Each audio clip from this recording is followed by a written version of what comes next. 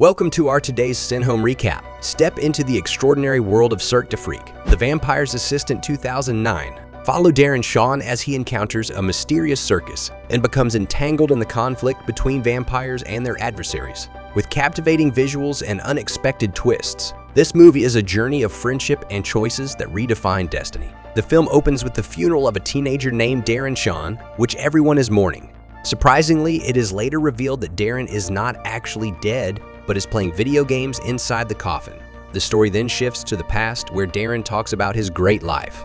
He was well-liked in school, had cool friends, and excelled in his studies, which made his parents proud. The only downside was his childhood best friend, Steve. One day, Steve convinced Darren to skip their history class and go to the roof, where Steve broke several light bulbs by throwing rocks at them. He then challenged Darren to do the same, but their history teacher overheard the commotion and caught them in the act. As a result, their parents were notified, and Darren's previously perfect image was tarnished.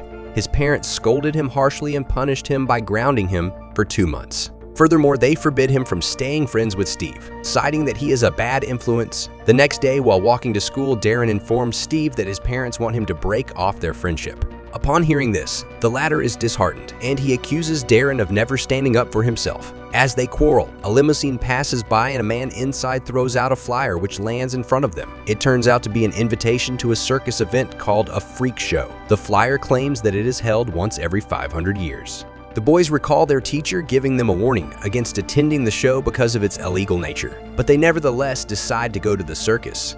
Later that night, Darren and Steve sneak out of their homes and head to the circus on their bicycles. It's revealed that the boys have peculiar interests. Darren is a big fan of spiders, while Steve is obsessed with vampires. At the venue, they buy a ticket from a dwarf human-like creature hiding behind a curtain. However, when Steve hands it the cash, the creature bites his hand and runs away. The boys shrug off the strange incident and walk inside the theater. It's revealed that the show has attracted people from diverse age groups, mostly adults and old people. The performance begins in the MC. Mr. Tall takes the stage, expressing his gratitude for the audience's attendance, before presenting a series of unusual and peculiar acts. The first to appear is a wolfman, and his appearance terrifies the crowd. Mr. Tall directs him towards a woman in the audience, and to everyone's horror, the wolfman rips off her hands. However, before anyone can react, the woman's hands regenerate, and she walks towards the stage as if nothing has happened. Mr. Tall then introduces her as Cormor Lyons, a member of the circus. Following her act, Alexander Ribs takes the stage, a man with no visible rib cage. The third act, Gerthietieth, can break anything with her incredibly strong teeth. Ramie's 2 bellies, her partner has 2 stomachs and can eat anything, even swallowing a tricycle whole and regurgitating it intact. Then a beautiful freak named Madame Truska calls Darren on stage and asks him to be her assistant. However, when she touches his face, she senses something forbidden inside of him and backs away. As the performance continues, Madame Truska outwows the audience by growing facial hair in an instant. But after her act, she unexpectedly calls for the show to be packed up. Despite her request, the next act, Larten Crepsley, takes the stage with his spider partner, Octa. He impresses the crowd with a dance performance while playing an instrument. Steve recognizes Larten from a book about vampires and whispers to Darren that he is actually a vampire named Verhosten. Just then, the show is interrupted by police and townspeople, including the boys' history teacher. While the adults argue, Darren sneaks backstage and steals, fascinated by its colorful appearance. But as he attempts to leave, he is forced to hide when someone enters the room. To his surprise, Larten appears with an old man, discussing the threat posed by a group of hybrid vampires known as the Vampines. Suddenly, Steve barges in and begs them to turn him into a vampire. He says that he hates his life because he has no one. It turns out that Steve's father went missing long ago, while his mother is a drunkard. After a lot of convincing, Larten finally gives in and decides to taste his blood. However, the moment he puts it into his mouth, he realizes that Steve is a bad person. So he refuses to turn the boy into a vampire, prompting him to storm off in anger. After a while, Larten finally realizes that his spider has gone missing, but before he can check the door, Darren freaks out and runs away. He then reaches the road, where he is picked up by the same car from earlier. Inside, 2 men, Merlot and Mr. Tiny, start interrogating him. However, it is soon revealed that they picked up the wrong boy. They were actually looking for his friend Steve, so they drop Darren off at his house, but not before informing him that they will be in touch. The following day, Darren takes Octa to his school in his bag, hoping to keep her safe. However, before the class even starts, Steve spots them. He starts playing with the spider and accidentally drops her on the floor, allowing her to escape. However, instead of trying to catch in the halls of the school, many students run away in fear while some even get injured. Having had enough, Octa finally decides to act, so she bites Steve on his cheek before escaping through the window. As a result, the latter falls to the ground and gets knocked unconscious because of the venom. In the next scene, Darren rushes back to the circus and pleads with Larten to help save his friend's life. Worried about the repercussions of a human finding out about their existence, Larten initially refuses to help. However, he eventually agrees to provide the antidote on one condition, that Darren becomes his assistant vampire. This means that he will have to leave his family, friends, and his entire social life. Darren will also have to give up going to school. In short, he will have to die. Despite the dire repercussions, Darren, who is desperate to save his friend, agrees to the conditions and receives Larten's vampire blood. After this, they race to the hospital to save Steve's life. Larten immediately administers him with the antidote, which fortunately works and Steve starts to recover. The movie then cuts to a few days later where Darren begins to feel his body reacting to Larten's vampire blood. He starts craving raw meat. One day, he also gets a very tempting urge to kill and suck his sister's blood. However, he ultimately refrains himself from his bloodlust and runs back to his room. There he finds Larten sitting in the corner reading his books. Larten warns Darren that he needs to leave his home as he is a threat to himself and his family. Darren doesn't want to do so, but after coming really close to harming his own sister, he decides to leave. However, he also doesn't want his parents to keep worrying about him forever, so he decides to fake his death. Later that night, on the rooftop of the house, Larten assists Darren in the act by breaking his neck. This will make everyone believe he accidentally fell to his demise. The movie then cuts to the present. At Darren's funeral, all his friends, teachers, and family pay their respects, while Darren is alive and well inside the coffin playing games on his phone. The same night, Larten digs up the grave and gets Darren out of the coffin. But before they can leave, Merlot arrives out of nowhere and ambushes them. Fortunately, Larten fights him off and manages to subdue him temporarily. Following the close call, he takes Darren to the freak show campgrounds where they meet a girl named Rebecca. Meanwhile, Steve is grief-stricken by his friend's death. As a result, he distances himself from society and becomes a maniac. When the pain becomes unbearable, one day he contemplates ending it all.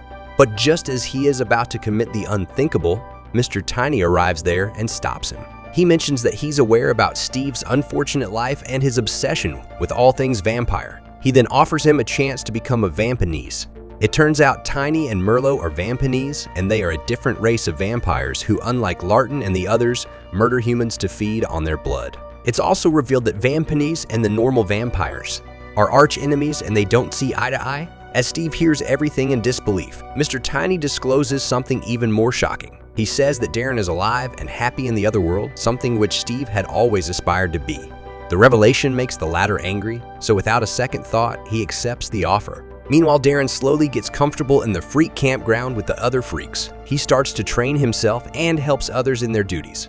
One day, Darren goes through the pictures of his old life and decides to give Steve a call. But before he can do so, Larten arrives there, snatches the phone from Darren, and breaks it. That night, Mr. Tiny visits the freak camp to talk with Larten and Mr. Tall about Darren. It turns out the boy has special innate powers, so Mr. Tiny asks them to hand him over. Despite being enemies, a diplomatic Mr. Tall politely tells him that he will think about it. Afterwards, Larten instructs Darren not to leave the camp as it is not safe for him anymore. He then begins to train Darren so that he can handle himself if he is ever in trouble. At first, the boy fails to lay a single hand on Larten, but as his training progresses, his skills and strength develops. On the other hand, Merlot turns Steve into a vampinese, which gives him unreal powers. The boy also becomes more evil, and his first victim turns out to be none other than his history teacher. Meanwhile, as Darren begins to feel hungry, he starts craving for fresh blood. To remedy this, Larten takes him to a nearby farm and sedates a man. He says that vampires never kill people, they just borrow their blood. However, despite his return back to the camp, shortly after, the freak's peaceful campground is suddenly invaded by a group of ruthless vampinese. Chaos ensues as the two sides engage in a brutal fight, resulting in a lot of bloodshed. It becomes clear that the vampinese are searching for Darren, and soon enough they find him hiding inside a costume room with Rebecca. The vampinese attack Darren and a fierce brawl breaks out. But fortunately, thanks to the timely arrival of Larten, Mr. Tall, and the other freaks, the fight is eventually broken off and Darren is saved from certain doom. However, when the dust settles, it is revealed that Merlot has kidnapped Rebecca. The next day, Darren embarks on a mission to locate Rebecca, feeling guilty for the unfortunate incident. Meanwhile, Mr. Tiny kidnaps his family in an attempt to ensnare Darren. Upon reaching his home and finding it deserted, Darren discovers a flyer inviting him to the circus. Meanwhile, Larten also decides to participate in the fight and gathers his weapons. In the subsequent scene, Darren arrives at the circus and finds Rebecca and his family bound and suspended on the wall. He is surprised to see Steve allied with the Vampanese. Despite this, Darren attacks his former friend without hesitation, while Larten engages in a scuffle with Merlot. As Darren hasn't fed on blood, he is weaker and more vulnerable to injuries compared to Steve. However, Rebecca manages to free herself and encourages Darren to drink her blood to regain his strength. Initially, he is hesitant, but Rebecca assures him that she will be fine and he eventually succumbs and feeds on her blood. Elsewhere, Larten ends up being wounded very badly, but despite this, he uses the last of his strength and stabs Merlot right in his heart, killing him. Immediately afterwards, Darren starts to fight with Steve again, while Mr. Tiny watches from a distance. Having had enough, he decides to intervene and stop them. Mr. Tiny resuscitates Merlot using his special powers by turning him into a dwarf creature. He then asks the two boys to come with him. Amazed by his power, Steve immediately obliges, but Darren doesn't. In the aftermath of the showdown, Larten hypnotizes Darren's family so that their recent memory is wiped off. This way, they won't remember the supernatural events that took place right in front of their eyes. The movie ends as Darren returns back to the camp, where all of the freaks welcome him warmly and make him feel home. Subscribe to our channel to see more such videos like this. Thanks for watching.